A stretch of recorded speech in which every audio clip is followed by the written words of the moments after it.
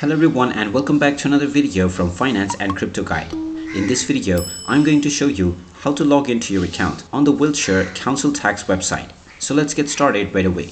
First of all, open up your web browser and then in the address bar type in wiltshire.gov.uk and press enter. You will then be taken into the official Wiltshire Government Council Tax website. Now in order to log into your account, click on the login/register button at the top right corner and you will be able to choose your login method.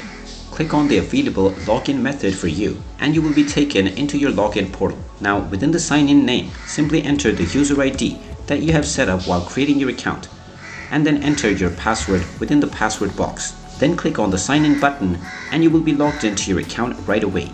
In case you have forgotten your password, you can click on forgot your password above the password box and you will be allowed to reset your credentials.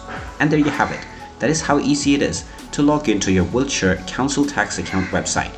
If you find this video helpful, make sure you hit that like button and subscribe to our channel if you haven't done so already. Also ring that notification bell to never miss another update from us. Thank you for watching and I will see you again in the next video.